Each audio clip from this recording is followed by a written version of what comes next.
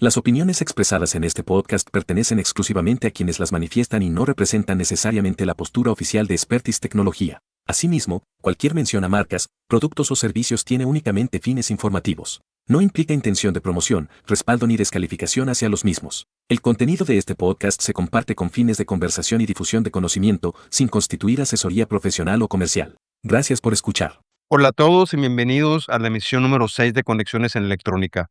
Yo soy Procopio Villarreal, de Expert Tecnología. El tema de hoy es un tema, creo yo, muy importante que siempre hay que tener en mente durante el desarrollo de un producto y tiene que ver con la famosísima cadena de suministro. Para hablarnos de este tema, he invitado a un buen amigo eh, que creo que tiene una, bueno, no creo, sé que tiene una gran experiencia en este tema, y aparte tiene la visión de haber estado del lado de diseño y también, pues, del lado de lo que viene siendo cadena de suministro. Entonces, primero que nada, Ian, pues, de entrada, muchas gracias. Si te quieres presentar y contarnos un poquito de ti, de quién eres. Claro, muchas gracias por la invitación, Procopio. Tú y yo nos conocemos desde hace muchos años y hemos compartido muy buenas experiencias de trabajo juntos. Eh, Como dices, antes era yo ingeniero de diseño. Yo empecé haciendo diseño de televisiones en lo que era Zenith y después LG y después surgió una oportunidad y me pasé a la parte comercial, al área de ventas, un poquito de ingeniería de aplicaciones también, pero en general ya tengo muchos años siendo representante de ventas de varias compañías de semiconductores. Ah, perfecto, Ian, muchas gracias. Ian, los diseñadores siempre vemos a los componentes electrónicos como algo que pues está ahí, ¿no? Uno lo selecciona de distribuidor o de la hoja de datos o del, bueno, ya no existen los databooks, pero anteriormente del databook, ¿no? ¿Por qué crees que es un error que un diseñador no tenga en mente la cadena de suministro cuando diseña? Bueno, ya sabemos que muchos diseñadores, si no todos, hacen su selección de componentes buscando, como dices, hojas de datos en Internet, en las tienditas, etcétera. Yo creo que no tomar en cuenta la cadena de suministro, te pone en desventaja. En general, si solo diseñas con, lo que encuentras en las tienditas, eh, puedes hacer que el diseño se encarezca, no tienes una visión real de tiempos de entrega, ni de condiciones especiales de las partes, como end of life. Voy a pochear en algunos Sí, no, términos no, que completamente. todo el mundo entiende, ¿verdad? Sí, todo el mundo entiende. Digo, hay end of lives, no conoces el soporte del fabricante si solamente vas y compras en la tiendita o solamente revisas unas hojas de datos. Entonces, no puedes prever posibles complicaciones, tanto en tu diseño como en tu aplicación final. Ok. Ahora, en tu experiencia, ¿qué diferencia hay entre lo que es un diseño técnicamente correcto y uno que es viable desde el punto de vista de la cadena? Pues bueno, el diseñador siempre trata de hacer un diseño técnicamente correcto, ¿estamos de acuerdo? Eh, No, la casi siempre. cuestión Claro, claro. La cuestión es que si tomas en cuenta aspectos de la cadena de suministro, minimizas las desventajas que mencioné antes, y pues algunas otras, ¿no? Como compatibilidad del material, recubrimiento de los pines, no sé, el tamaño del ancho del rollo para la manufactura. Oye, pediste un material que venía en rollo más ancho y la máquina nomás acepta de los más delgaditos y tonterías de esas. Todo impacta a la hora de producirlo a volumen. Ahora, ¿qué ventajas tiene un ingeniero o una empresa? Porque muchas veces el ingeniero, pues, forma parte de una y muchas veces, las decisiones se toman a otros niveles, ¿no? Claro, claro. De dirección y tal. Pero, ¿qué ventaja tiene cuando la empresa y el ingeniero entienden bien la cadena de suministro? ¿Cómo funciona? Híjole, yo creo que lo más importante sería el time to market, que es algo clave para la compañía, ¿no? Eh, es lo que le importa a quien vende el producto. Eh, Puedes minimizar iteraciones de diseño si entiendes la cadena de suministro por estar comprando partes correctas o incorrectas. Eso te da, pues, a veces más margen para debuguear, aprobaciones. El diseño se hace más robusto cuando no haces tantas iteraciones, vas acumulando, experiencia realmente y reduces posibles rechazos en campo al final, eh, todo eso repercute en dinero al fin y al cabo. Entonces, cuando entiendes bien la cadena, eh, y utilizas los componentes más apropiados, consolidas tu plataforma de diseño. okey, Y le agarras confianza a los componentes que utilizas y los reciclas para, diseños subsecuentes, diseños futuros. Te haces una plataforma. Todo esto a la empresa para quien diseñas, o el cliente final para quien diseñas, le agrega valor, y le agrega valor a tu servicio y al producto en sí. okey. De hecho, nada más para que los que no saben, el time to market es un concepto importante que muchos yo creo que desestiman y quiero hablar un poquitito de eso. Y consiste en que todo producto tiene un fin de vida, eh, que está escrito, por así decirlo, en piedra en algún lugar, ¿no? Donde se escriben los fines de vida de piedra de los productos. Este, quién sabe dónde sea eso, en Narnia. Este, y al final del día, eso no lo puedes cambiar, pero lo que sí puedes cambiar es el momento que tú empiezas a producir, desde el momento que conceptualizas, ¿no? Ese es el famoso time to market, ¿no? Exactamente. Y lo que estás haciendo es, de alguna manera, acelerar tu retorno de inversión. Exacto, el tiempo desde que conceptualizas el producto hasta que lo pones en el mercado, atacando lo más rápido posible esa necesidad de mercado, es el time to market. Y de ahí a que el producto tenga su fin de vida, estás maximizando el beneficio para tu empresa. Okey. Ahora, si tuvieras que explicarle a un diseñador cómo funciona la cadena de suministro, ¿cuáles son los elementos principales que intervienen? Híjole, hay muchísimos, pero, pues, yo creo que los 4 o 5 principales serían, pues, el fabricante como tal, Claro, los insumos que necesita el fabricante para hacerlo, y luego, la parte de ventas, pues, el representante, distribuidor, etcétera, ¿no? okey. Que de hecho ahorita, pues, vamos a tratar de ver cuál es la función de cada uno de ellos, ¿no? Que de hecho, empezando con el representante, ¿no? Claro, Eh, claro. yo la visión que tengo del representante, pues, es que promueven marca, ¿no? Pero, ¿qué más hay atrás de eso? ¿Qué más función, en qué más ayuda un representante de marca?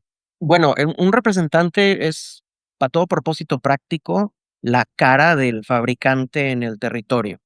Hay muchas empresas, muchos fabricantes que no tienen suficiente personal de ventas para cubrir un territorio específico, ya sea dada la extensión del territorio o la cantidad de clientes que hay en el territorio o alguna combinación de los dos. Y entonces se subcontrata el servicio de ventas, y atención a cliente en el territorio a un representante que es un externo realmente, aunque tiene acceso a todos los sistemas de la fábrica, del fabricante, en cuestión de promoción y captura de oportunidades y seguimiento de las mismas. Okey. Ahora, ahí, ¿cómo gana dinero el rep? O sea, ¿le paga la marca o, comisión? Sí, el representante cobra de acuerdo al contrato negociado con el fabricante. Puede ser una cuota fija mensual, eh, generalmente es en base a comisiones, únicamente a comisiones por las ventas dentro del territorio. Eh Ahí podemos hablar después de lo que son los splits, etcétera, pero también pudiera ser una combinación de ambas, ¿no? Una cuota fija mensual y comisiones. Ah, okey. O sea, como que si te pagara, por así decirlo, un iguala por, Sí, por el tiempo que le inviertes, ¿no?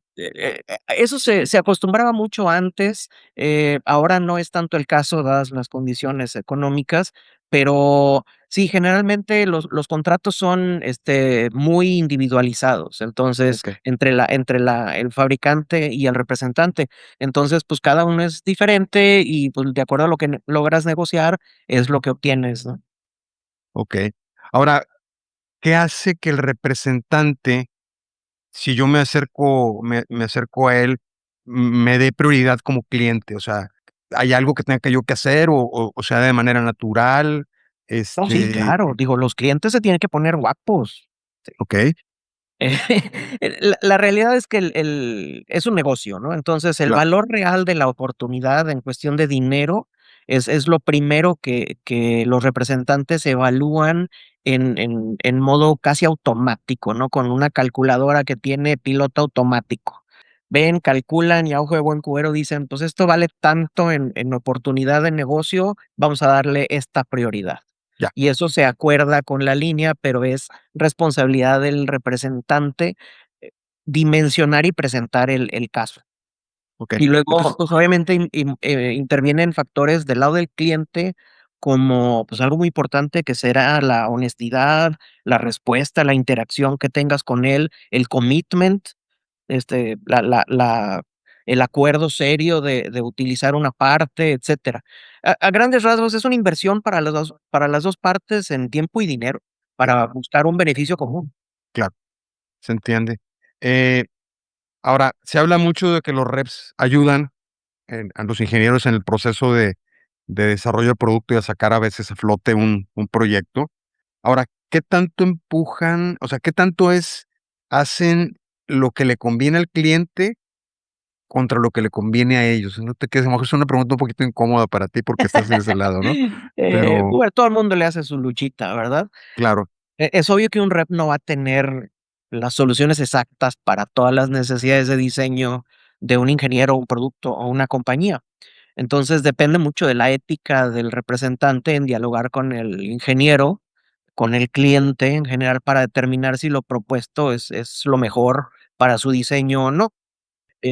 Alguna referencia son precisamente los diseños de referencia que se le muestran a los clientes, hechos con partes de los fabricantes. correcto. Entonces, de ahí ya puedes empezar un diálogo.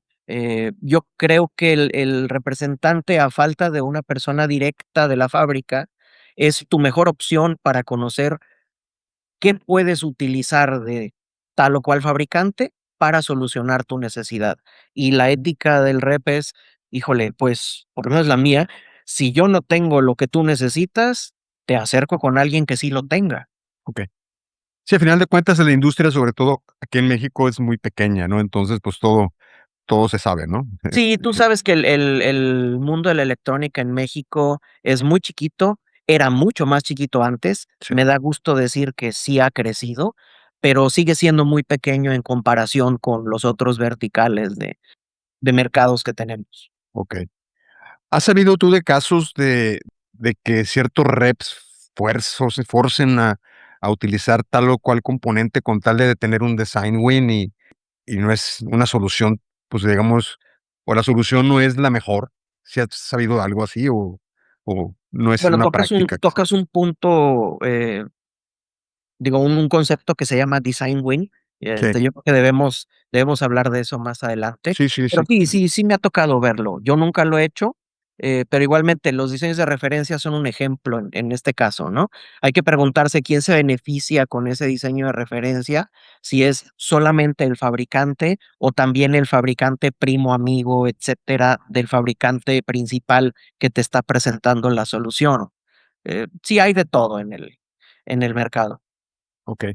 Bueno, y luego viene otro elemento importante en la cadena, que es el distribuidor. Ya sé que es donde mucha gente se hace bolas, ¿no?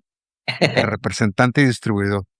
¿Qué es un distribuidor? Y comparado contra el red, ¿cuál es la diferencia? Bueno, un distribuidor es un canal de venta franquiciado, tiene un contrato con el fabricante para almacenar y distribuir, y vender los componentes de dicho fabricante. Los distribuidores tienen servicios extras, pero en general la diferencia entre un rep y un distribuidor es que el rep es el fabricante en el territorio. Okey, Tiene acceso a los sistemas, no genera facturas, el distribuidor tiene material, okey, almacena material, envía material, vende material al cliente y factura. ya, Entonces, es el canal de venta, es ya. un canal de venta.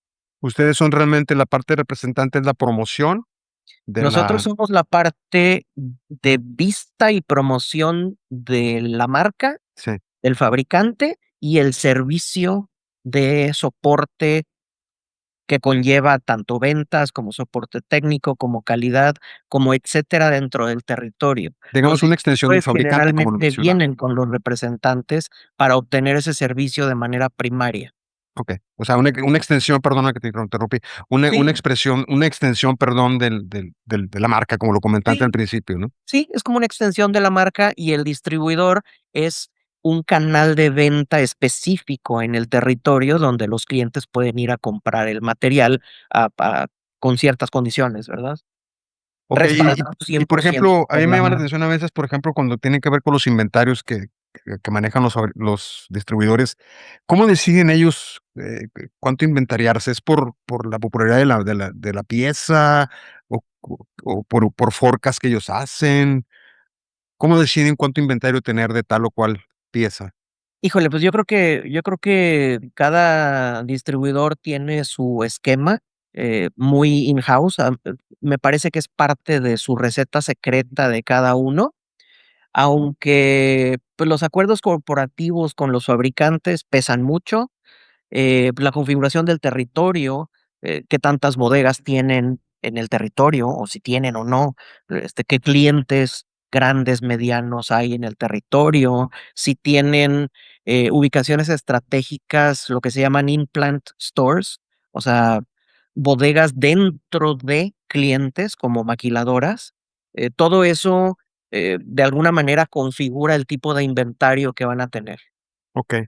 Es una pregunta a lo mejor un poquito incómoda, porque finalmente yo he sabido de casos en el cual tú compras directo, o sea, se llega a lo mejor a un agreement directo por medio del representante, se llega con un agreement directo que te venda directo la marca, ¿no? La marca te vende directo sin pasar por el distribuidor. Supongo yo que, pues, por temas de volumen y tal, ¿no?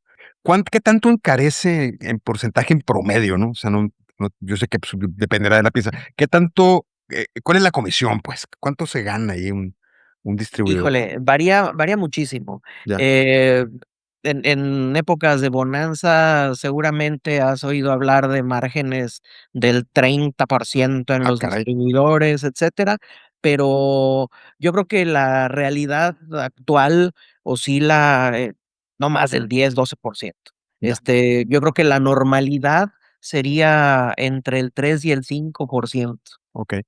Sería Que la es un normalidad, pero mm, tú metiste los datos de porcentaje, ¿eh? Yo no los metí en esta conversación. El margen realmente del distribuidor está en los servicios de valor agregado que te da. claro, Ellos tienen, a diferencia de los fabricantes, términos de pago distintos. Ellos te claro, pueden ofrecer, no sé, 180 días, y un fabricante, si tienes la fortuna de que tienes tu papelería en regla, te va a dar 30 días. ya, Este, también te pueden ofrecer contratos de abasto, de stock, de logística, ya, de empaquetado, programación, etiquetado, etcétera. También pueden manejar descuentos, promociones. El distribuidor tiene un amplio rango, un arsenal muy grande de servicios, tanto financieros como logísticos, para hacerle la vida más fácil al cliente y ayudarlo a que su producción no tenga sobresaltos sin tener que gastar directamente cada tiempo finito rígido con los fabricantes. ya. De hecho, creo que creo que tocaste un punto importante porque muchos como que no le ven mucho valor al distribuidor. Yo sí, en lo personal, yo le veo un bastante valor.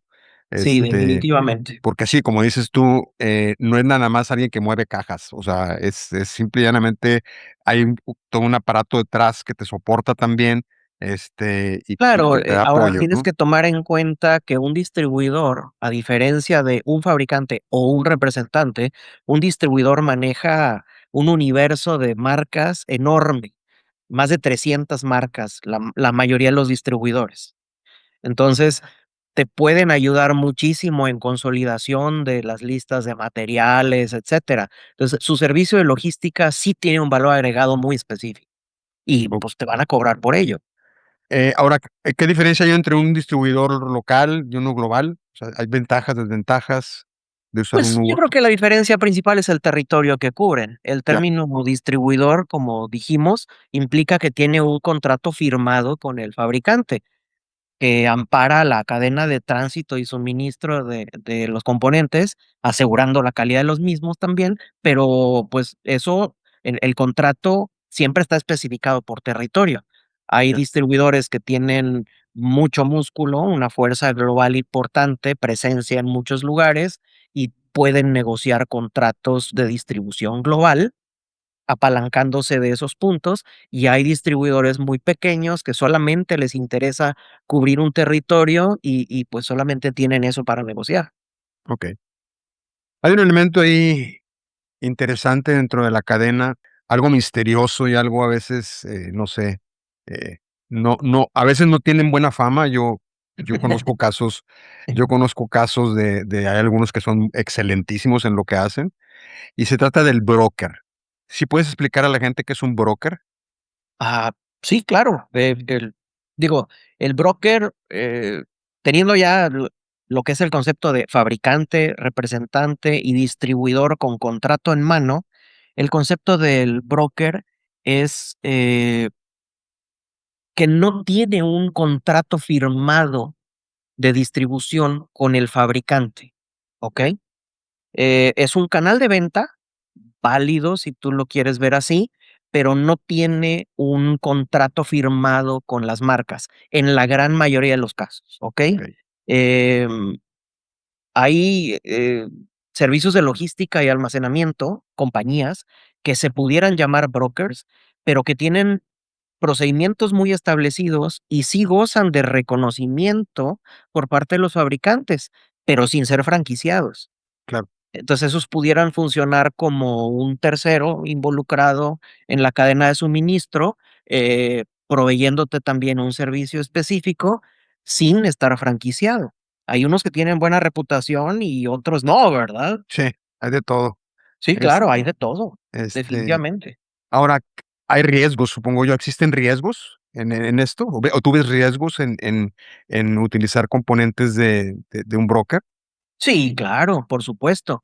Eh, pue podrías encontrarte partes, okey, originales, pero caducadas o no almacenadas correctamente. Entonces, pues, a lo mejor el MSL, el nivel de humedad ya se te fue arriba de lo necesario y vas a tener que hacer un proceso adicional para usarlo. La tienes que hornear.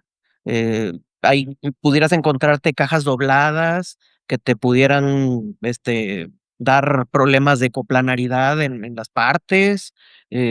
Puedes encontrarte cajas incluso de componentes originales, pero mal catalogadas, con la etiqueta exterior sin correspondencia con la interior, etcéteras, ¿no? Puedes encontrarte, broncas diversas, rollos contra charolas o tubos o material en bulk que viene en bolsa así todo junto, Sí, partes remarcadas, etcétera, ¿no? Entonces, digo, algunas de estas cosas sí se pueden corregir, otras no. Entonces, el riesgo es que cuando compras del broker, no sabes exactamente cómo está el material, a menos que específicamente preguntes. okey.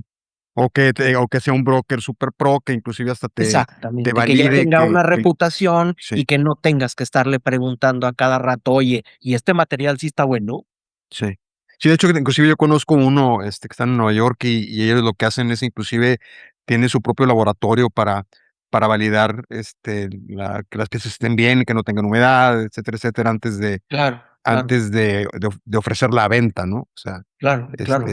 porque digo, yo lo que sé es que lo que ellos hacen generalmente, y corrígeme si estoy mal, es que ellos compran exceso de inventario de algún fabricante que le sobraron componentes y lo compran pues, a bajo costo y luego, pues, aprovechan las oportunidades, ¿no? Del Sí, vaivenes esa es del una de las mercado para maneras en las que los brokers se hacen de material, ya, definitivamente. Yo conozco otro, por ejemplo, que incluso compra die en lugar de producto terminado, y okey, ellos tienen equipo para empacarlo en chips, y obviamente el empaquetado en sus cajas y etcétera, ¿verdad? okey, Entonces hay de todo en este mercadito. okey. Sí, pero el hecho ya de comprarle un die al fabricante, pues, ya implicó que hay una interacción con un fabricante, entonces, de cierta Exacto, forma, sin ser franquiciado. sí ser franquiciado. Exactamente. Okey, Pero sí tienen una relación estrecha con ese fabricante, por ejemplo. okey. Sí, pues, para que te puedan vender un DAI, pues, evidentemente sí tiene que existir la Exacto, exacto. Y tienen que tener procesos muy establecidos, muy buena reputación, etcétera, para lograr eso. ¿O te ha tocado ver a ti componentes falsificados? Sí, En definitivo. sí. Claro, claro que sí. ¿Es común o es ese fenómeno? ¿Mande? ¿Es muy común? Híjole, no creo que sea tan común. Yo creo que en tiempos de crisis, aparece más. Ya, Incluso me ha tocado ver brokers desaparecer en el aire después de vender lotes enormes de algo, y aparecer muchos años después con otro nombre, pero las mismas personas. ya. Pero sí, o sea, sí hay, ¿eh? Ahora, los brokers, pues, aunque algunos, digo, es como que un mercado paralelo, se puede decir, de cierta forma, ¿no? Sí, Pues, algunos pueden no tener cierta buena reputación, pero, pues, la industria sigue recurriendo a ellos, ¿no? ¿Se puede sí. decir que es un mal necesario o es no, no decir mal, o sea, pero es una, cuestión medio hipócrita de la industria o cómo lo percibes tú? No creo que sea hipócrita, yo creo que el mercado, pues, genera necesidades en los clientes, pues, hay manera de aprovechar esas necesidades. Pues, algunos brokers de buena manera y otros de mala manera. Yo creo que mucho tiene que ver con la planeación de del ciclo del diseño, ¿no? Ya, O de la procuración del material. Una mala planeación te va a orillar a tener va a desencadenar en que tengas, huecos de desabasto en tu procuración de material y, pues, chance y tienes que recurrir a un broker, ¿verdad? de hecho, yo creo que tú me contaste alguna vez una anécdota de un componente que el fabricante lo había comparado, creo que con un broker y tuvieron un problema serio de producción. Sí, espantoso. He tenido un par de esos. Afortunadamente, no llegó al mercado, no llegó a campo el problema, pero sí he tenido un par de experiencias interesantes.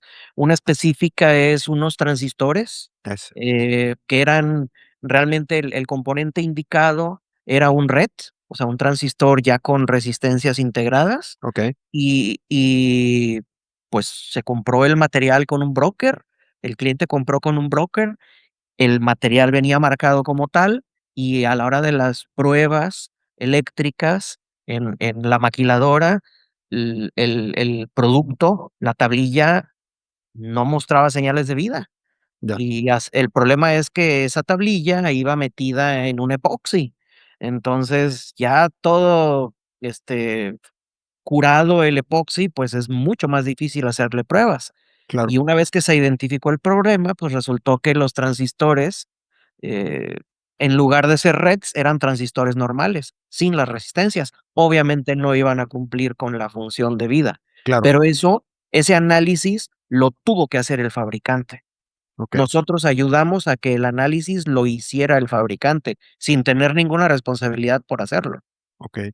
Pero ahí fue porque compró con broker o ¿qué sucedió? Sí, el problema fue que el broker le vendió unas partes Ya. Ah, remarcadas, que cierto, no bueno, eran lo que cierto, decían ser. okey. ¿Y eran de alguna marca que tú representabas? Sí, correcto. Entonces Entonces, fueron yo como contigo representante de la fueron marca contigo, ¿no? tuve que entrar al quite y decir, a ver, pues esto de entrada, por afuera la etiqueta dice una marca que yo represento, vámonos con el fabricante a solicitar un análisis, es lo primero. Y se recopila un lote de información para hacer ese análisis, se manda a fábrica, se analizan los componentes, químicamente se desencapsulan, se hacen pruebas con trazador de curvas, se hacen pruebas eléctricas, incluso destructivas, etcétera, se analizan con microscopio y se concluye. Y pues la conclusión fue que estas partes no era lo que decía la etiqueta que eran. Okey, Sí eran partes originales, ojo, pero no las que decía la etiqueta. okey, okey. O sea, realmente estaban, pues, Estaban mal remarcadas. remarcadas. Así es. ¿Remarcadas inclusive en el componente mismo?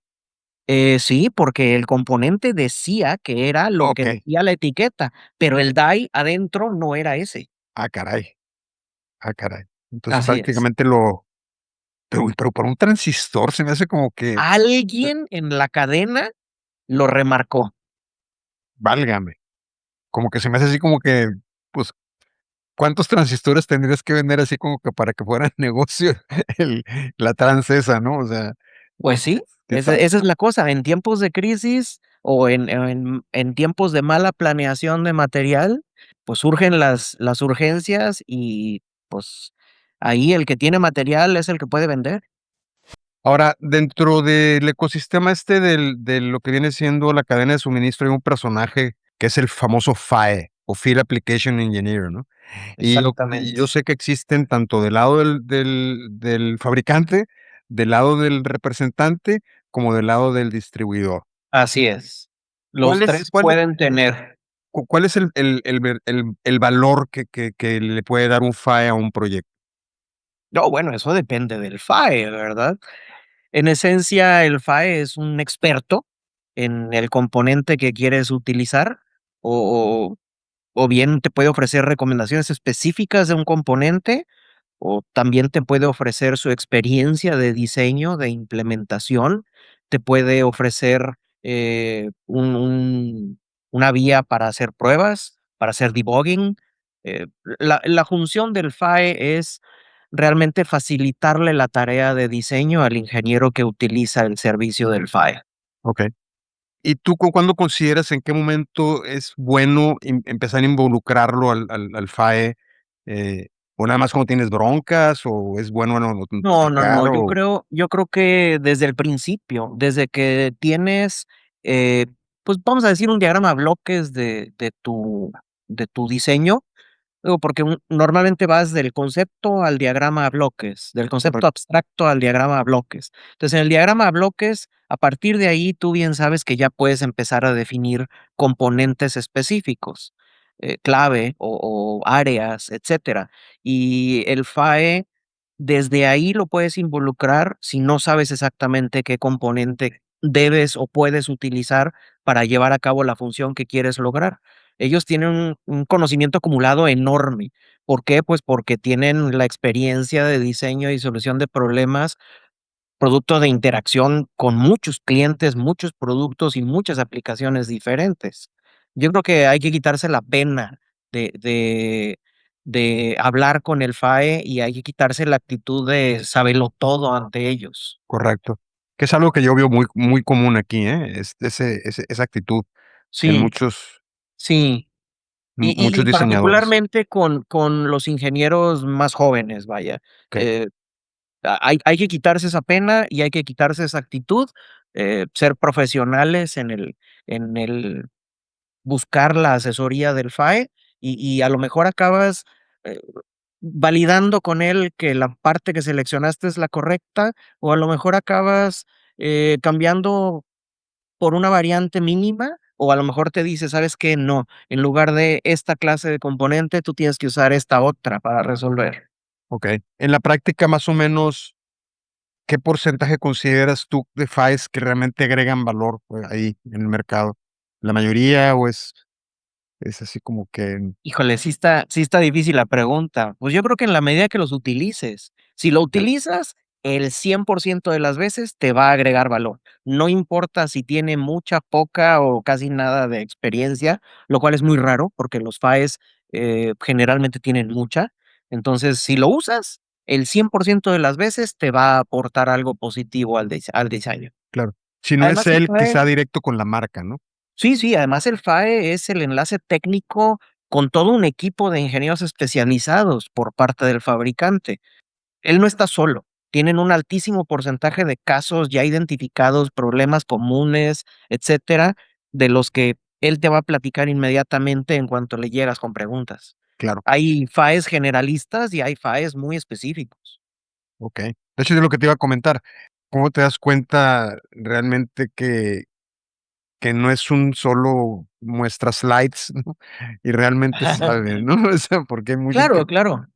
Digo, el FAE generalmente acompaña al equipo de ventas, es lo ideal, okey, es la mejor combinación, la mejor dupla, también te va a enseñar slides, pero, pues, el FAE hace preguntas muy específicas para acotar tanto la selección de componentes o el problema que estás tratando de resolver. Estas preguntas no están en los slides nunca. okey. también te puede describir de manera muy sencilla un proceso que en la implementación podría ser muy complejo, y Claro, su capacidad de abstracción es notable a la hora de describírtelo. Y okey, además, ya sabes, si es un FAE y te va a ayudar con algo, pues domina software, domina herramientas de diseño, domina análisis magistralmente. ya. ¿Tú fuiste Yo FAE en alguna yo ocasión? yo yo fui FAE muy poquito tiempo, Ya, no logré tener suficiente experiencia y la necesidad del puesto, más bien me orilló a cambiarme a ventas. ya. De hecho, Conozco digo, cuando varios FAEs que tienen patentes de diseño y modelos de aplicación y sí, sí, toda la de cosa. hecho, conozco algunos y, Sí, sí, estoy son seguro. sorprendentes algunos, son, mis respetos. Claro que sí. Eh, Ahora, dentro del el concepto del supply chain, cuando ya estamos en la parte de diseño, eh, existe el concepto del famoso design win y de registrar el diseño. ¿Qué es registrar un diseño? A ver, registrar un diseño es básicamente avisar que vas a usar un componente clave en tu producto. Okey, Digo, no vas a andar registrando resistencias, capacitores. A lo mejor sí, si son muy específicos, pero normalmente registras los que son clave. Una flash, un microcontrolador, un OPAM que tiene características especiales o un transceiver que está aislado y además tiene fuente DSDC y a lo mejor trae capa cerámica, etcétera, ¿no? Algo clave. ¿Sí? El dato okey, importante es el cliente y dónde está el cliente. Ese es el dato más importante. Yo creo que el segundo más importante sería en qué vas a usar el componente, okey, porque, pues, hay aplicaciones que tienen restricciones, ¿verdad? Entonces, esas, pues, igual y no te dejan ni registrarlo ni usarlo, en el okey, peor de los casos. okey. Ahora aquí, ¿quién registra? ¿El representante, el distribuidor, el fabricante? ¿Quién hace el registro? ¿Cómo funciona el Pues, mecanismo? con la información del cliente, cuando hablas con el cliente, yo en calidad de representante, yo hago el registro con el Okey, fabricante. okey, El fabricante es el que en última instancia otorga el registro. okey, Los distribuidores también lo pueden hacer y lo pueden hacer directamente con el fabricante si no hay rep o por medio del rep cuando hay rep. okey, Eso eh, asigna responsabilidades internas a cada una de las partes. okey. Y ahora, ¿qué gana cada jugador aquí con el registro? Bueno, el fabricante indudablemente gana, planeación de portafolio y una perspectiva muy temprana de producción. Okey, El rep, el disti, incluso el fabricante, eh, pudieran ganar de una vez asignaciones de márgenes de ganancia, pero siempre, se define la rastreabilidad. Si hay, el full split o un split parcial, garantías de precios, etcétera. El cliente gana generalmente precio, porque no es lo mismo que compres en la tiendita digital a precio del libro, a que tengas un registro de un componente que vas a usar y se acuerde desde el momento del registro el precio al que lo vas a poder comprar a volumen. okey.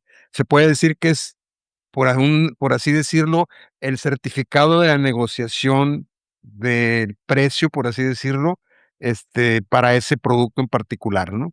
De cierta Sí, forma. digo, o sea, el precio es un componente del registro. Ya, No es el único, pero sí, claro, definitivamente el precio es algo que se acuerda en el registro. Y claro, ganas la visibilidad con el fabricante, porque cuando compras en la tiendita, el fabricante no se entera que estás usando eso hasta que le pones una orden de compra por ahí. En cambio, cuando lo registras, le das esa visibilidad al fabricante y te da cierta ventaja ante el desabasto o también a la hora de pedir soporte técnico, ya saben que eso está en el sistema y, sí, lo trae tal representante o tal distribuidor atendiendo a tal cliente específico, dedícale tiempo a darle soporte, ¿verdad? okey. Entonces, digamos que es una manera de tener un enlace, un vínculo directo con el fabricante, de la pieza en particular para tu proyecto, de cierta Sí, forma. creas ese vínculo y es yo creo que vital que lo hagan los clientes. Okey. Para los Ah, componentes clave. ahora, ¿hay casos que no conviene registrar o siempre conviene? Yo diría que siempre conviene, se me hace muy rara vez que no convenga. Yo creo que lo mejor es registrarlo, porque así tú tienes como cliente información de: "Oye, estoy usando tu parte, dame soporte. Oye, estoy usando tu parte, implica que te voy a comprar. Oye, estoy usando tu parte, implica que posiblemente me meta en broncas de abasto". Hay toda una serie de implicaciones al respecto que si no le avisas al fabricante, nunca se va a enterar hasta que sea demasiado tarde. Okey, okey. Y ahora, ¿te ha tocado a ti saber de a que alguien registra un diseño y nunca recibe el beneficio que supuestamente se le iba a otorgar? O Sí, claro. Generalmente los perjudicados somos los reps y los distribuidores, porque somos los que tenemos la relación directa con el cliente y la relación es la que sale raspada. A okey, veces el problema es autoinfligido por el cliente. Como cuando tienes un registro, ya avisaste que vas a usar una parte, en tal ubicación, etcétera, y resulta que vas y compras en otra región o a través de otro canal, ya hablamos de canales, distribuidor, broker, etcétera, y pues, te metes en broncas. Entonces, los problemas a veces son autoinfligidos. okey. Ahora, de hecho, por ahí se dice, ¿no?, en el argot, en la industria que, no, tal diseñador se pasó al lado oscuro de la fuerza, ¿no? Ese es Sí, el área claro, de ventas, ¿no? por Es supuesto. este, si yo soy ingeniero, por así decirlo, y me interesa, por interés para el personal, pasar a ese lado de la fuerza, por así decirlo, del lado comercial, ¿qué habilidades hay que desarrollar? ¿O se van dando de manera natural o qué sucede? Híjole, mira, yo te puedo decir que cuando a mí me ofrecieron un puesto de ventas, yo realmente le pregunté a quien me lo ofreció, le dije: "O sea, ¿por qué yo, verdad? ¿Qué viste en mí que podría yo hacer esa tarea?". Entonces, me dijo: "Bueno, pues parecía que tienes la personalidad, el tipo de personalidad necesario, y pero la personalidad es más bien un conjunto de habilidades, como tú dices, que hay que desarrollar. Principalmente, este, saber hablar, saber escuchar para poder interactuar con varios departamentos, del cliente al mismo tiempo, compras, planeación, ingeniería, manufactura, calidad, soporte, etcétera. Hay que saber hacer relaciones públicas, tienes que mantener contacto constante, saber desarrollar contactos nuevos, de ahí surgen las oportunidades, ¿no? Claro. Para hacer ventas, pues, hay que buscar oportunidades y la única manera es con contactos, Se puede decir que se va nuevos y viejos. desarrollando, ¿no? O sea, Exacto, nuevos y viejos. okey, Este, tienes que tener capacidad de ser organizado y saber darle seguimiento a las cosas, porque a diferencia de diseñar en un proyecto, o a lo mejor en 2 o 3 vas a tener muchos clientes, muchos proyectos en cada cliente, muchos componentes y muchas distintas prioridades. La capacidad de organización tiene que ser mucho más grande. okey, Pues, creo que también hay que saber identificar qué valora el cliente. Si el cliente valora la relación, el precio, la calidad del servicio, no sé, soporte, integración, eh, si valora que le des descuentos o que le des un viaje por ahí o una mordida, etcétera, ¿verdad? Nunca me ha tocado que me pidan moche, pero, pues, hay clientes que también valoran eso. claro, Y muy bien. en Ahora, general tienes que tener una actitud propositiva, mediadora, conciliadora. que te gusta interactuar con la gente, lo normal, pero no se estudia, pues, no hay una carrera, no hay nada que Pues, que digo, hay carreras de ventas, ¿verdad? okey, Definitivamente, y mercadotecnia. A lo mejor sería bueno tener un diplomado en ventas y mercadotecnia, okey, sí, o en desarrollo de negocios. Los diplomados son muy útiles para complementar habilidades que no vas desarrollando específicamente y que crees que te faltan. okey. De alguna manera, eso te daría un head start comparado con otro ingeniero que no conoce nada de pricing, ni management, ni forecast, ni nada de eso. O sea, Sí, tener claro, un poquito de esas bases te podría claro. posicionar al momento Claro, de digo, una yo te selección. hablo de diplomados, pero, pues, hoy día hay 1000 cursos en línea y te puedes aventar varios cursos en línea que equivalen a los diplomados y empezar a aprender conceptos, los Incoterms, lo que es un liability, lo que es el forecast, cosas de esas, ¿verdad? Claro, okey. Ahora, muchos yo he sabido esto también de muchas empresas y muchos inclusive vendedores me lo platican, ¿no? De que hay como que una especie de mala forma, al menos no sé si sea en todos lados, pero de ver a los vendedores, ¿no?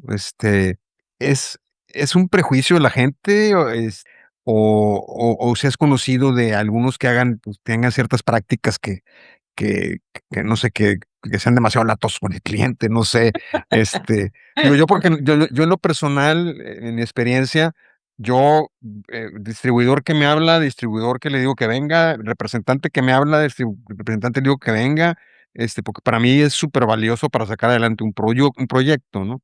Claro, claro. Pero sé que hay gente que no lo ve así. ¿Qué Sí, crees? sí, definitivamente.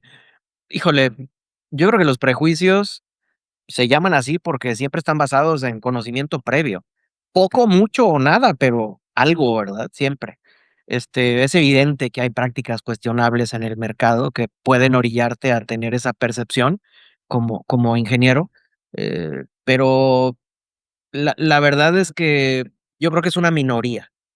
Okey. Y en la medida en la que uno actúe de manera profesional, puede irse minimizando eso aún más, ¿verdad? Ahora, como ingeniero, ¿se gana o se pierde de cierta forma en el tema de ingeniería? O sea, ¿se puede ser un gran ingeniero, continuar siendo un gran ingeniero y siendo un ingeniero de ventas? ¿O es algo que dices tú, sabes qué, pues tienes que sacrificar cierta parte para poderte enfocar a lo otro? Híjole, pues el día tiene 24 horas, ¿verdad? Claro, No sé en qué sentido lo dices como vendedor o como ingeniero. Eh, Digo, si te gusta hacer fierro, si te gusta diseñar con fierros y te quieres pasar al lado de las ventas, pues vas a tener que dedicarle horas del día a hacer ventas. claro, Y las horas que te queden, entonces vas a decidir si las quieres aprovechar en continuar tu carrera de ventas o en mantener tu habilidad de ingeniero de diseño fierrero, ya, electrónico. ya. Sí es muy No, absorbente, ¿verdad? Las es ventas. muy absorbente, totalmente. Sí. Sí veo que se la pasan viajando y aquí y allá y en cursos y juntas y, este, sí, Cuando eres representante en particular, digo, o distribuidor, ventas en el distribuidor, toma en cuenta que tienes que aprender, no súper hiper profundo, pero tienes que aprender no solamente de un componente de una marca, sino un bloque importante de los componentes de cada marca que representas o cada marca que distribuyes. Es una cantidad de información brutal. ya, Yo okey, conozco excelentes vendedores que no son técnicos. okey. Sí, yo también conozco algunos que te pueden vender lo que sea sin Exactamente, ser y que técnicos. su capacidad de relación y de seguimiento y de organización están en la parte más alta de la escala. Y aunque no sean técnicos, pues ellos encuentran la manera de resolver. Ellos encuentran la manera de apoyarse con alguien técnico para resolver. Claro. Ahora, regresando un poquito al tema de los reps, ¿cómo le hacen los reps para hacerse de líneas? O sea, de marcas, ¿cómo le hacen? ¿Hay expos, cómo Pues, funciona eso? digo, yo creo que es como buscar un cliente, es como prospectar un cliente. Okey, Puedes, identificar una necesidad en el mercado, una necesidad con un cliente en particular, y entonces si no tienes una línea que resuelva esa necesidad, buscas una y vas y le preguntas directamente: "Oye, ¿tienes rep? ¿No? ¿Quieres que sea tu rep?". Lo estoy súper simplificando, pero ese es un claro, proceso. También, obtienes líneas, por referencia, por recomendación, ya sea de otros reps, o de distis, o de clientes, etcétera, ¿sí? okey. Em, es como buscar un cliente al fin y al cabo. ¿Y qué es lo que busca la marca en el rep? ¿Qué es lo que está buscando? Pues yo creo que depende si conoce o no el modelo de rep y distribuidor. Hay muchas Okey, compañías que no están familiarizadas con el modelo. El modelo implica rep y disti, porque es un mismo modelo. Es claro, cubrir territorio con gente de ventas y gente de distribución que no son tuyos. okey, Entonces, si ya conocen el modelo, pues los criterios habituales son precisamente la presencia en el territorio, sinergia con las demás líneas que tienes en tu portafolio, qué contactos importantes tienes con los clientes y qué camino andado tienes ya con ingeniería, compras, etcétera, con los clientes, qué capacidad tienes de generar oportunidades, etcétera. Cuando no tienes el conocimiento del modelo de representante y distribuidor, pues los criterios cambian un poquito, pero no mucho. okey. Ahora, yo sé que no son eternas las relaciones, nada es eterno en este mundo. ¿Cuál es la duración promedio de una relación marca de rep, marca, y qué factores la tensan o la rompen, la relación? Pues, digo, los contratos generalmente son por 1 año o por 2 años, Okey, inicialmente, y se están revisando constantemente. Em, hay revisiones periódicas que tienen que ya establecido el contrato, hay revisiones periódicas que tienen que ver con el volumen de ventas, con la capacidad de crear oportunidades, con la conversión de oportunidades a ventas, etcétera, ¿no? La relación dura hasta que una de las partes decide terminarla, por la razón que sea, porque ya le cayó gordo el rep, o porque la línea es una princesa y quiere reportes cada 3 días o cada semana, de cosas que no vienen ni al caso, cosas por el estilo, ¿no? o sea, puede ir la relación puede romperse de los 2 lados, o sea, puede ser que el Definitivamente de mismo rep cualquiera diga: de los "¿Sabes 2 qué? No me lados. interesa esta marca, es muy Y por latosa". detalles tan insignificantes como que pasó la mosca, o detalles tan complejos como que un cliente se quedó tirado sin material. Okey. Okey. Ahora, tú que conoces bien todo el ciclo de diseño, desde concepto hasta producción, sobre todo como rep, cuando apoyas en un diseño, en tu experiencia, ¿cuánto dura típicamente en promedio el ciclo de? Es una pregunta, yo sé que depende de la complejidad del proyecto, pero, ¿cuál es lo mínimo tú que ves normalmente que dura el ciclo de lo que viene siendo diseño a producción? ¿Cuánto es lo mínimo que tú típicamente tú visualizas? Híjole, yo he visto ciclos cortitos de 6 meses en los que se O sea, 6 brincan. meses es corto. 6 meses es bien corto, Okey. porque se brincan iteraciones de tablillas, se brincan procesos de aprobaciones, se brincan pruebas de confiabilidad a lo mejor, porque igual y no las requieren, como en el segmento de consumo, o he visto ciclos de diseño de 10 o más años en segmentos de especialidad, como el aeroespacial o defensa, militar, incluso oil and gas, por ejemplo, el sector petroquímico también hay ciclos de diseño bien largos. Sí, no, a mí me tocaron también, personalmente he vivido ciclos de diseño de arriba de 3 años, 4 años, 5 Sí, años. claro, por supuesto. Yo creo que lo más normal es un ciclo de entre 1 año y 2 años máximo. Eso es Okey. lo más normal. Yo sí generalmente lo digo que lo mínimo es un embarazo, 9 meses, Sí, ándale, más o menos. sí, más o menos. Este, ¿Y qué factores alargan o acortan esto? Híjole, yo creo que muchos, ¿no? A lo mejor, podríamos mencionar uno que otro nomás, Sí, constantes cambios de especificaciones de los de es marketing, ¿verdad? Que a cada rato te quieren cambiar, agregar, quitar, poner, etcétera, características, y entonces, pues, nomás no puedes terminar. Este, También ya en el fierro, pues, a lo mejor, mala elección del componente, debido al ciclo de vida, o porque no era el ideal, por el rango de temperatura, o etcétera. También mala planeación en manufactura, te puedes meter en broncas con quién te manufactura el producto. Y si tienes mala planeación de materiales, eso puede tumbar un proyecto por completo, si ya, no entras en el mercado a tiempo. okey, Muchas cosas lo pueden alargar o acortar. okey. Ahora hablemos de crisis, mi Ah, estimado. crisis. Y eso es algo que es importante entender que mucha gente a lo mejor no tiene el conocimiento y creo que tú sí nos puedes dar un poco de luz. Pues no soy ¿Cuál experto, pero bueno, pero más o menos le sabes, ¿no? ¿Cuáles fueron las verdaderas causas de la crisis que sucedieron hace algunos años? ¿cuál? ¿La del COVID, la de Hormuz, la de inteligencia No, artificial, la del COVID, la de los luego hablamos de esta terremotos? última. ¿Cuál? La Siempre hay una la del crisis, unas COVID, más fuertes que otras, ¿verdad? la del COVID. Si tomamos el caso del COVID, yo creo que un error pudo haber sido, digo, obviamente obviando la parte médica del problema, que empezaron a cerrar todo. un error pudo haber sido, sobreinventariarse, ¿no? Para salir de la crisis, o para más o menos capotearla, ¿no? Pues empezaron a comprar de más y que se acabaron todo lo Sí, eso es un fue yo creo que fue una causa primordial de que se exacerbara la crisis de componentes. Lo vimos mucho en el sector automotriz, porque el sector automotriz, como tú sabes, tiene un esquema de producción muy constante, muy planeado a largo plazo, o bueno, a mediano plazo, y cualquier desviación les causa un impacto enorme porque, pues, no están haciendo papitas, están haciendo unas cosas que cuestan una lana. correcto. Automóviles, vehículos. Entonces, los primeros que se empezaron a sobreinventariar fueron todos los del sector automotriz.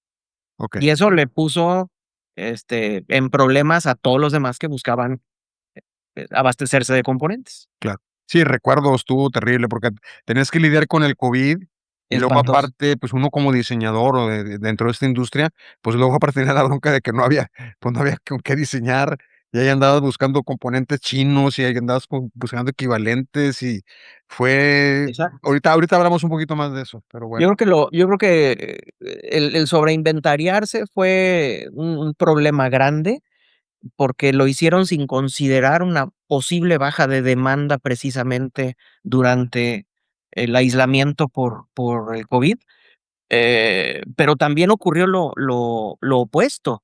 O sea, también hubo un incremento de demanda en sectores muy específicos relacionados con lo médico y ellos no se sobreinventariaron, entonces tuvieron el problema inverso que pudiera ser incluso peor. claro. Ahora, ¿tú supiste algo de casos de manipulación? O sea, de que existieron compañías que artificialmente escondieron, digamos, inventario como para subir precios, ¿o no te enteraste nada de eso? De esconder material no me tocó escuchar nada. Ya, Obviamente, cuando hay desabasto, cuando hay allocation, que es el término que les encanta utilizar en nuestro segmento de mercado, la electrónica, cuando hay allocation, eh, ¿qué es its general allocation para que lo entiendan los demás? el allocation es precisamente una es un problema de abasto derivado de que la fábrica está a capacidad o de que no tiene suficiente material para producir la cantidad para cubrir la demanda que hay en el mercado y entonces, están soltando el material a cuentagotas o con prioridades asignadas. Ya, ese es el allocation. Así, Sí. hay escasez, es una Hay manera de escasez. decir escasez. Entonces, si tengo un contrato previo contigo, te voy a dar a ti y a los demás, pues, conforme vengan, les voy dando a cuentagotas. Ahora, ¿tú cómo ves? Porque yo he escuchado recientemente algunos fabricantes sugerirme como que me vaya preparando, ¿no? ¿Es cierto que viene otra crisis? Híjole, yo Es creo que ya estamos en crisis, ¿eh? ¿Ya estamos? Yo creo que ya estamos en crisis, particularmente la flash y la memoria RAM, que Okey, son 2 componentes de almacenaje, estamos en crisis. okey, Eh, eh, los precios han estado subiendo desde octubre del año pasado. Las plantas que las hacen, las fabs, los foundries, tú conoces los grandotes, TSMC, GlobalFoundries, SMIC, Huali, se empieza a mencionar ahora. Todos están operando casi al 100% de capacidad, y esos son las que hacen de todo. Y las propias como Micron, Intel y etcétera, también están teniendo problemas para complementar esa oferta en el mercado, ¿sí? okey, Ahora, hay foundries más pequeñas, chinas particularmente, que están surgiendo, que están buscando capturar nichos de mercado y, pues, de paso, demanda excedente de los grandes que no pueden surtir. okey, Acuérdate que las máquinas para hacer chips son hipercomplejas claro.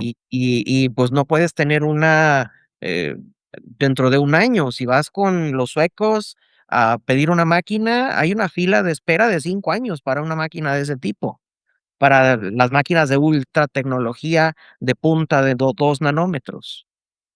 Ahora, Ian, pues, ya comentaste que estamos en una crisis. De hecho, yo ya lo estoy viendo, de cierta Sí, forma, los tiempos se están alargando, tiempos de sí, entrega, están limitando también la cantidad de, por ejemplo, estoy utilizando ahorita una, una NOR flash en un diseño y y están como que limitando la cantidad por clientes. Allá se están empezando a ver señales. Sí siento como que un poco más de control. No sé cómo lo veas tú. ¿Control en qué sentido? De que están, por ejemplo, tratando de limitar a nivel distribución la cantidad que te venden. Sí, claro, porque está en allocation. Nadie quiere mencionar esa palabra, pero eso es lo que está ocurriendo. Ya, El problema es que todo lo que tiene que ver con AI se está llevando la capacidad productiva de la mayoría de las compañías que son fables. ok, Y puedes explicar ese tema si quieres explicarlo para tu audiencia. ok. So, básicamente es la IA está de alguna manera absorbiendo toda la capacidad de producción y está problemando la situación. Así es, Válgame y la va Dios. a emproblemar por los siguientes 2 años. Válgame, o sea que esto va para largo. Sí. Este, sí, de Sí, es lo que hecho, estamos viendo. De hecho, hay análisis de un par de fabricantes que representamos que están diciendo que, eh, los proveedores de memoria, tanto flash como RAM, eh, ya tienen todo su plan de incremento de capacidad de producción, pero, pues, no lo pueden montar mañana. Ya ok, tienen un plan y no pueden hacerlo antes. ok. Nada más para el registro de tiempo, porque no lo mencioné al principio, este podcast se está grabando el 25 de mayo del 2026. Nada más para que quede el registro de que estamos hablando de esa crisis y por si lo escuchan tiempo después, Claro sepan que sí, a qué nos referimos si es que quizá ya se acabó esa crisis, ¿verdad? definitivo. Este, pero bueno, ya la causa ahorita pues es que la IA es lo que está manejando esto. Ahora, cómo debo de prepararme yo como diseñador para esto? ¿Qué sugieres? Híjole, es una muy buena pregunta. Eh, Cosas básicas, lo prudente sería monitorear junto con la gente de supply chain los lead times de los componentes clave, actuar en consecuencia, ya sea colocando órdenes de compra anticipadas o empujar a que establezcan acuerdos con distribución para el abasto de partes, o también podrías revisar la posibilidad de cambiar componentes. Algunos componentes clave pueden tener fabricantes alternativos, otros no, ¿verdad? Sí, sí. Pero puedes revisar eso, eh, evaluar un rediseño en un tiempo, programado para incorporar lo que en ese momento haya de abasto, eh, tener un par de tablillas alternativas en ese sentido. También he visto diseños muy creativos con diferentes footprints de un mismo componente para tratar de minimizar el problema de abasto de uno en particular.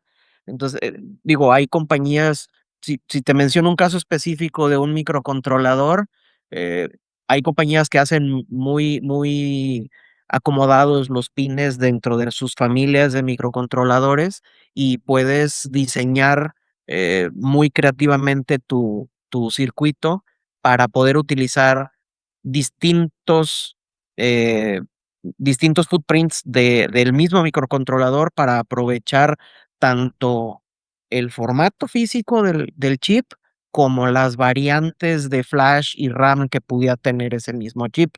Eso también se puede aplicar a otro tipo de componentes, vaya, como amplificadores, los MOSFETs, triacs a veces, etcétera, ¿no? Puedes dejar ciertas provisiones eléctricas para utilizar variantes de esos componentes que no necesariamente son tu primera opción de diseño, pero que por cuestión de abasto de mercado tendrías que llegar a utilizar. Hay componentes que tienen un par de pines invertidos, y entonces puedes dejar una provisión para cambiar de path ahí con una resistencia cero, etcétera, ¿no? O sea, hay cosas muy creativas que tú como viejo lobo de mar de casa de diseño debes saberte un montón de Sí, no, trucos sí. para Sí, protegerte. sí, no, he visto, de hecho, me tocó dar un mantenimiento a un producto hace tiempo de un fabricante importante de americano, que querían hacer un cambio. Y cuando me mandan el diseño, básicamente lo que había que hacer era agregar un micro a un diseño existente. Y lo que se acabó haciendo justamente es acabar con dos footprints dentro del mismo diseño, justamente Exactamente, para poner microcontrolador A o B, exacto. dependiendo Exacto. del caso, ¿no? Sí, tiene uno que tomar ciertas provisiones cuando el espacio te lo permite, ¿verdad? Claro, claro. Este, ahora, independientemente, o sea, olvidándonos de la crisis, ¿sí? Imagínate que no hay crisis. Eh, ¿Cómo recomiendas tú evaluar cuando un componente es riesgoso en el supply chain o puede ser riesgoso? Am, a ver, cuando hablamos de componentes clave, generalmente, pues, les damos ese atributo porque, pues, nomás es un fabricante o a lo mejor 2 en Sí, raras ocasiones, porque es un producto hecho a la medida, casi, casi, generalmente, ya sea porque el componente en sí está hecho a la medida o porque en tu aplicación tú lo rodeaste de cosas que lo hacen que sea solamente hecho a tu medida.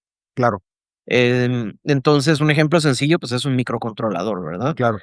Em De si hay hecho, desabasto, pues, no puedes completar tu producto y, pues, te fregaste. Entonces, revisar desde el principio factores como el tiempo de entrega, la edad de la parte, cuándo salió al mercado. Por edad me refiero a de cuándo salió a cuándo estás.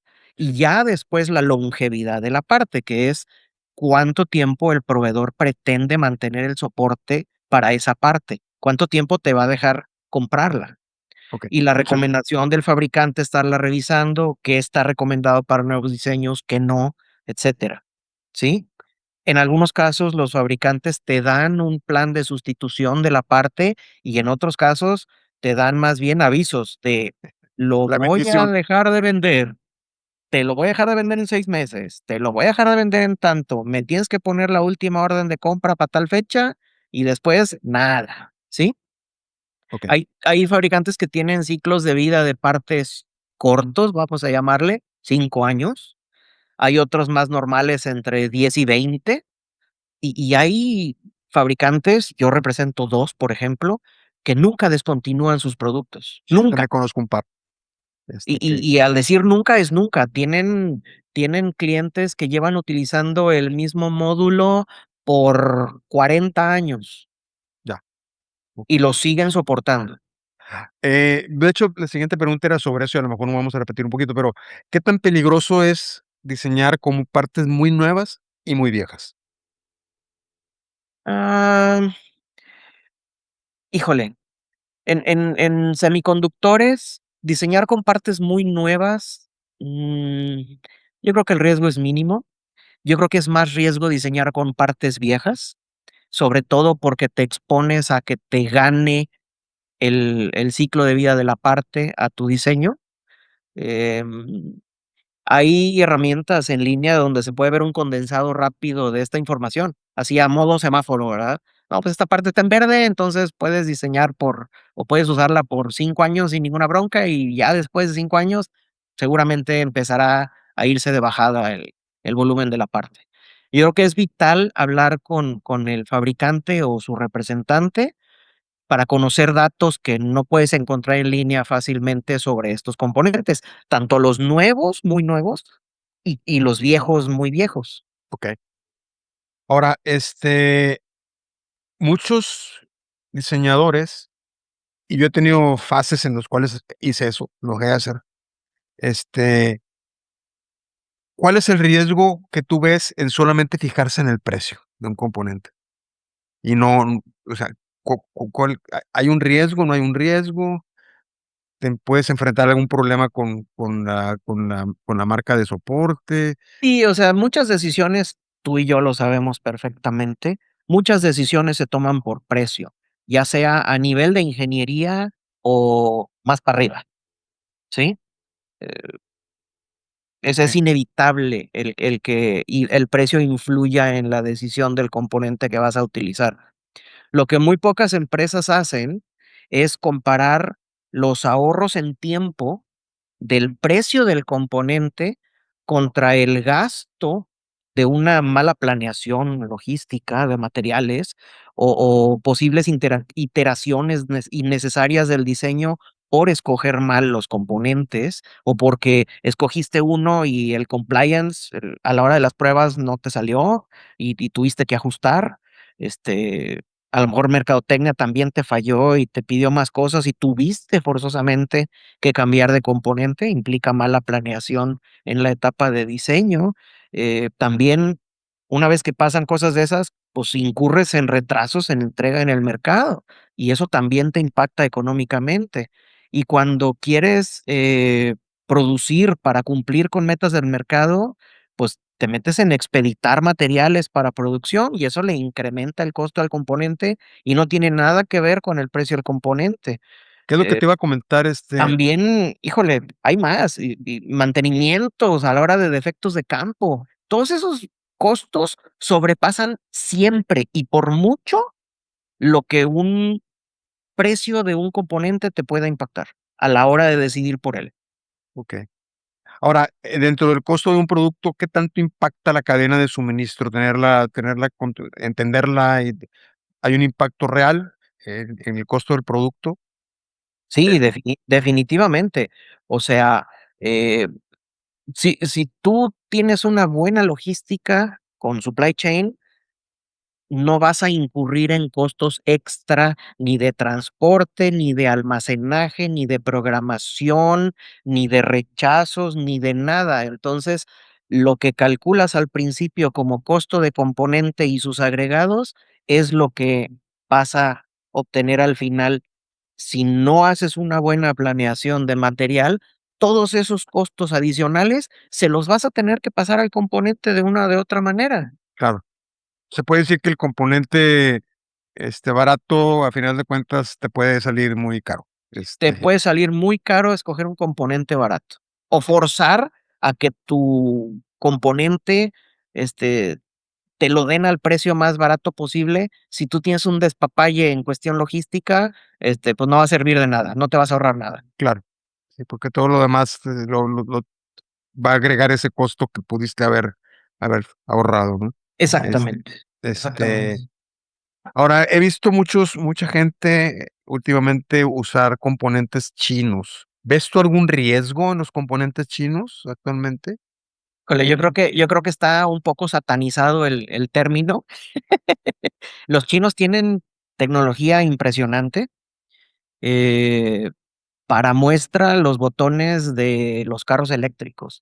Ellos decidieron ser una potencia en el mercado de los vehículos y no podían competir contra la hegemonía tanto de Estados Unidos como europea en cuestión de motores de combustión y dijeron: "Vamos a buscarle por otro lado".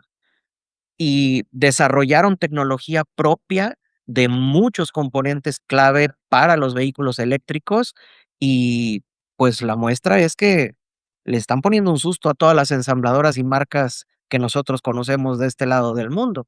Okey. Entonces, hablar de componentes chinos no es necesariamente hablar de algo malo. Sí, es que Eh, como que hay una mala concepción, ¿no? sí, está satanizado el concepto. ¿Hay implicaciones de seguridad? Sí, no en todo. Muchas veces ven moros con trinchetes, pero yo creo que es más, a nivel aplicación que a nivel componente. Me llama la atención que tienen componentes para todo. Para todo, Que encuentras productos que, para por todo. ejemplo, lamparitas de estas de que pones en el, no sé, en la repisa o tal, ¿no? Esas de LED que se les conecta C, que trae el driver, trae todo, trae la entrada del Yo sensor, creo que trae todo, yo ¿no? creo que una de las grandes, genialidades de los chinos para el mercado, sobre todo de productos de consumo, es su capacidad y facilidad para simplificar un diseño y hacerlo manufacturable lo más barato posible. Ya.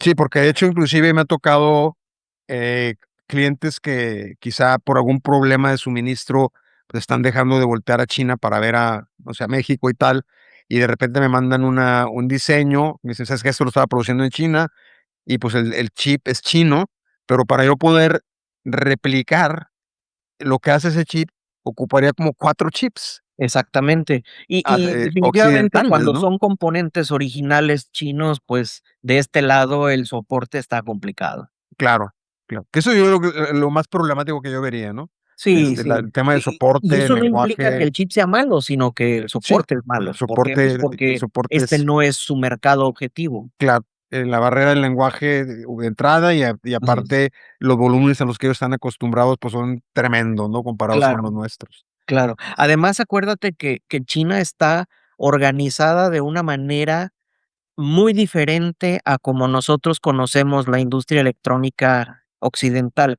Ellos tienen islas para todo. Entonces, todo el ensamble final se hace en el centro de la isla y todos los que están alrededor son los proveedores.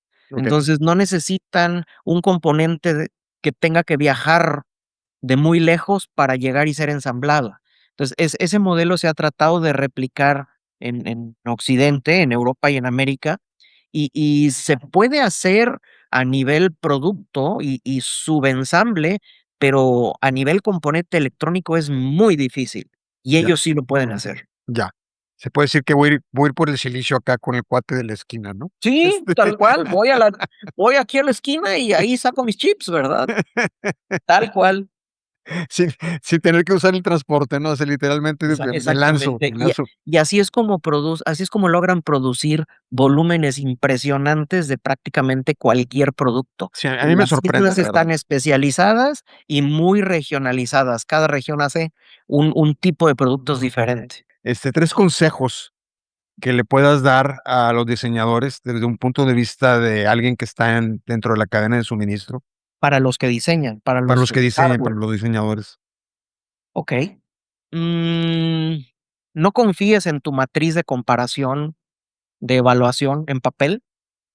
Haz una evaluación física de las características principales que buscas en tus componentes clave con cada fabricante de tu matriz. Te puedes llevar una sorpresa o 2 a la hora de hacer las pruebas de a de veras, porque en papel se pueden ver de una manera y en la práctica de otra completamente diferente. Te lo digo por experiencia propia. Okey, Otro punto sería, pide entrenamiento del fabricante al FAE desde el principio de tu diseño. Así estableces relación con él, acortas tiempo de respuesta, y te puede dar soporte donde quieras, ¿no? Porque ya te va a conocer, ya vas a ver que está registrado, ya pasamos por varios pasos y el FAE te va a tener en mente cuando le hables y le pidas ayuda. Otra cosa podría ser, que a mí me gusta mucho, no descartes utilizar componentes custom en tu diseño, solo por el hecho de que sean custom. okey, Muchas veces te ayudan a reducir costos. Pareciera contraintuitivo, pero no lo es, ¿eh? Pueden simplificarte el proceso de manufactura, incluso ahorrándote dinero en esa etapa. claro. Esos son mis 3 consejos. Okey, okey, muy valioso, Ian. Ahora, una pregunta algo incómoda, pero, este, No hay nada incómodo, puras verdades siendo tú dolorosas. honesto, ¿cuál consideras tú que es la mentira más común en la industria de los componentes electrónicos? Digo, tú me conoces, siempre he sido honesto, a veces a Sí, perjuicio propio, pero siempre he sido honesto. Es muy difícil construir una reputación y es bien fácil destruirla. ya, Para que veas, si haces una encuesta rápida, yo creo que las mentiras más comunes en este mundo de los componentes electrónicos sería: "Tenemos buenos lead times, ya, tenemos el mejor soporte", o "Tenemos la mejor calidad". claro, Tenemos una larga vida de componentes, también podría ser. Y, pues, a lo mejor sí, nosotros te respondemos rápido a todas tus dudas. ya, Yo okey. creo que los lead times son la mentira más común, La verdad está definitivamente. ya está, ya tienen ustedes ahí los consejos de Ian y bueno, el nombre de este podcast, si recuerdan, es Conexiones en Electrónica, y si se fijan, creo que de lo que ha estado comentando Ian, algo muy importante de que yo he visto en toda esta plática es justamente que para tener un diseño bueno en el mercado y que sea y lo más rápido posible, lo que tienes que hacer es hacer conexiones con gente, a final de cuentas, ¿no? Sí, Relacionarte, definitivamente. Conexiones con tus proveedores. sí, de hecho, es el título de este podcast por eso, ¿no? Porque a final de cuentas es tratar de entender que la electrónica no nada más es diseñar y ya, sino que hay todo un mundo alrededor en el cual te tienes que conectar, hay que quitarse el orgullo, ¿no? quitarse las telarañas del no, yo sí sé más que el FAE y tal, ¿no? Y realmente creo que yo acercarse a mí me ha servido mucho. De hecho, yo prácticamente es algo que hago de, pues, de manera, digamos, continua, ¿no? Sistemática. Con Sí. sistemática, de involucrar, aunque sea para algún detalle mínimo o tal, una pregunta o algo, nunca me quedo con la duda, no hay que quedarse con las dudas, ¿no? Básicamente es Pues es que aprendes en el proceso, exacto, siempre. exacto. Si yo aprendí una cantidad de cosas a través de los FAES y los mismos fabricantes que no hubiera tenido oportunidad de aprenderlas si no hubiera preguntado, ¿no? Y me hubiera acercado con ellos. Sí, el objetivo es que el ingeniero, transite por su curva de aprendizaje lo más rápido posible, y eso solamente se hace aprendiendo con el información externa. Pues bueno, ingeniero, muchísimas gracias por, como siempre, un placer platicar contigo. Siempre nos colgamos de más Es fantástico platicar contigo, de tus Procopio. Muchísimas pláticas. gracias por la invitación y ya sabes que cualquier tema lo podemos poner en la mesa. Te agradezco muchísimo y ojalá pongamos a desmenuzar otro tema interesante. Pues, muchas gracias por la disposición y claro que sí, lo veremos y te invitaremos en un futuro para ver algún otro tema relacionado con este mundo mágico del supply chain. Y pues bueno, pues nada más para la audiencia, ¿y en dónde te pueden localizar? Yo estoy físicamente en Monterrey. Okey, Si necesitan mis datos específicos, pueden, recurrir a ti. Tú tienes okey, mis datos sin ningún problema, o pueden enviarme un mensaje por WhatsApp al teléfono que contesto, que es 811-018-4343. okey, okey, muy bien. Ahí te tienen ustedes ¿estás en LinkedIn? Estoy en LinkedIn como Ian Okey. Makisak. Ian Makisak, ¿verdad? Correcto, Okey. De hecho, hice mi investigación. Tu nombre en gaélico sería Juan, el es hijo correcto. de Isaac. Y si lo quieres poner un poco más religioso, sería Dios es bondadoso. Válgame Dios. Pero me quedo con el gaélico. Con el gaélico está.